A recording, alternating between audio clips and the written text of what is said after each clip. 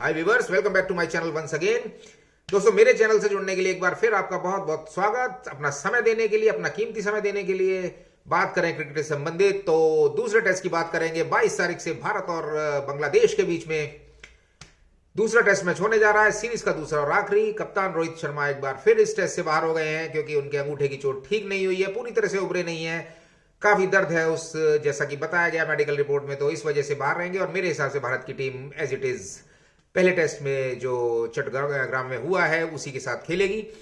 बात कर लें तो ये भारत के लिए बहुत ही इंपॉर्टेंट टेस्ट मैच है क्योंकि भारत ने एकदम से थोड़ी सी वापसी की है, 12 पॉइंट्स लिए फर्स्ट टेस्ट में, और उस वजह से अब भारत का सेकंड प्लेस हो गया है WTC टेबल में, और एक बार फिर भारत के फाइनल में जाने की संभावना है क्योंकि होम सीरीज है अब श्रीलंका और ऑस्ट्रेलिया के अगेंस्ट, तो डेफिनेटली उसका हमें फायदा मिलेगा और हो सकता है कि भारत WTC के फाइनल में एक बार फिर खेलता हुआ नजर आए। हम सब उसका इंतजार करेंगे और चाहेंगे ऐसा ही हो।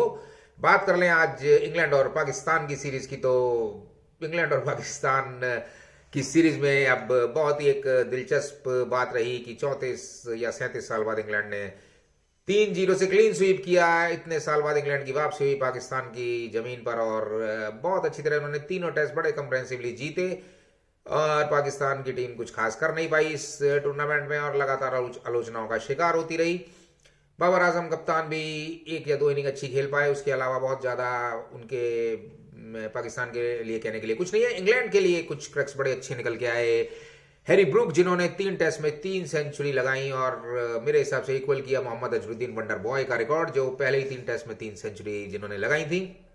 हैरी ब्रूक ने अपने पहले ही T20 और ODI में दिखा दिया था कि एक बहुत बड़ा प्लेयर इंग्लैंड को मिल गया है। उसके अलावा भी उनके जो ओपनर जैक क्रॉले, जो काफी टाइम से सीरीज में अच्छा नहीं खेल रहे थे, इस सीरीज में बहुत अच्छा खेले। इंग्लैंड की बॉलिंग भी अच्छी चली और इंग्लैंड कहीं भी ऐसा नहीं लगा कि पाकिस्तान से किसी भी मैच में थोड़ी सी देर के लिए भी दबा हो, तो बहुत एक clean, neat and clean sweep.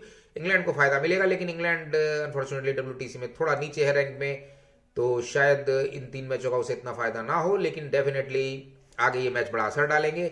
उसके अलावा बात करूं पाकिस्तान के क्रिकेट CEO रमीज राजा की, तो रमीज राजा ने अपने विवादास्पद बयानों की वजह से पाकिस्तान क्रिकेट को थोड़ा सा संकट में डाल दिया। आलोचनाओं का शिकार हो रहा है पाकिस्तान क्रिकेट और शायद इसीलिए उनको अब बर्खास्त करने की उनके पद से तैयारी की जा रही है। शायद ये उनके बड़बोलेपन का नतीजा है कि वो भारत के खिलाफ लगातार बोलते रहे हैं।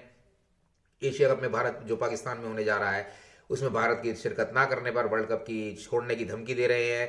बीच में कुछ ऐसे रूमर्स भी आए कि शायद भारत से मेजबानी छीन ली जाए, लेकिन मैं नहीं मानता हूं। BCCI की दावेदारी बहुत मजबूत है और भारत ने पिछले जितने भी टूर्नामेंट करवाए अपने आप बहुत ही बढ़िया तरीके से करवाए। अच्छी मेजबानी रही, हॉस्पिटैलिटी बहुत बढ़िया रही भारत की, तो शायद ऐसा बाकी टीमें नहीं चाहेंगी, बाकी देश नहीं चाहेंगे। और रमीज राजा को थोड़ा सोचना चाहिए। और रमीज राजा ने भी माफी मांगने के अंदाज में जब नजर आए, जब भारत ने उनका वीजा रोक दिया, तो थोड़े से रमीज राजा साहब परेशान हुए। लेकिन मेरा मानना है कि ये वो क्रिकेटर्स हैं और ये वो पुराने दिग्गज हैं और जो पुराने जिन्हें भारत में बहुत रिगार्ड मिला, चाहे वो कमेंट्री के हिसाब से हो, एक्सपर्ट कमेंटेटर हों, लेकिन जैसे ही ये लोग पाकिस्तान पहुंचते हैं तो पता नहीं क्यों विवादास्पद हो जाते हैं, जो नहीं होना चाहिए। स्पोर्ट्समैन स्पिरिट रहनी चाहिए। इतना लंबे टाइम से इन्होंने स्पोर्ट्स खेला है, स्पोर्ट्स पर्सन के साथ तो ये सब दिक्कतें नहीं होनी चाहिए। खैर, अब जब उन्होंने आलोचनाओं के वो शिकार हो रहे हैं और पाकिस्तान क्रिकेट उन्हें बर्खास्त करने जा रहा है, तो उनको समझ आ रहा है। बात कर लें मोहम्मद रिजवान की, तो मोहम्मद रिजवान ने भी एक नया टूल दिया कि PCB को IPL से बहुत बढ़िया माना है बड़े बड़े दिग्गज क्रिकेटरों ने, और वो IPL छोड़कर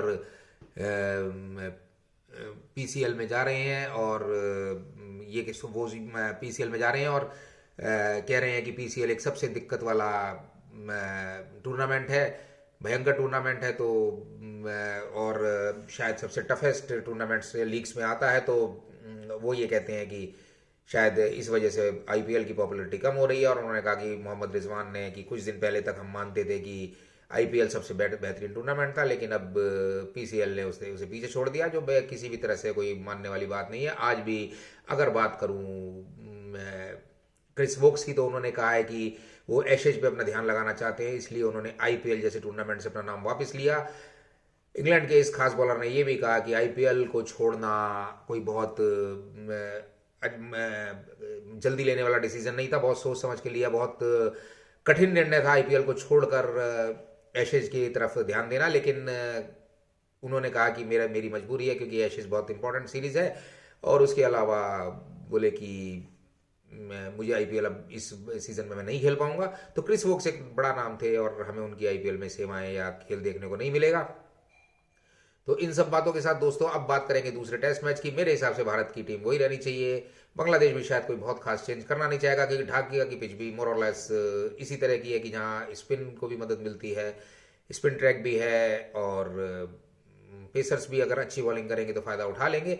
तो भारत मेरे हिसाब से 3 स्पिनर और 2 फास्ट बॉलर के साथ ही जाना चाहेगा, क्योंकि स्पिनर से बहुत अच्छी बॉलिंग की और बैटिंग में तो भारत ने लाजवाब बैटिंग की। तो इन सब बातों के साथ दोस्तों अब जरूर आपसे मुलाकात करेंगे 22 तारीख को, पहले दिन का खेल समाप्त होने के बाद। आज के लिए इतना ही। मेरे एक वीडियो को हमेशा की तरह लाइक करें, शेयर करें, कमेंट करें और सब्सक्राइब करें। बेल आइकन के बटन को दबाना ना भूलें, मेरे नोटिफिकेशन आपको मिलते रहेंगे।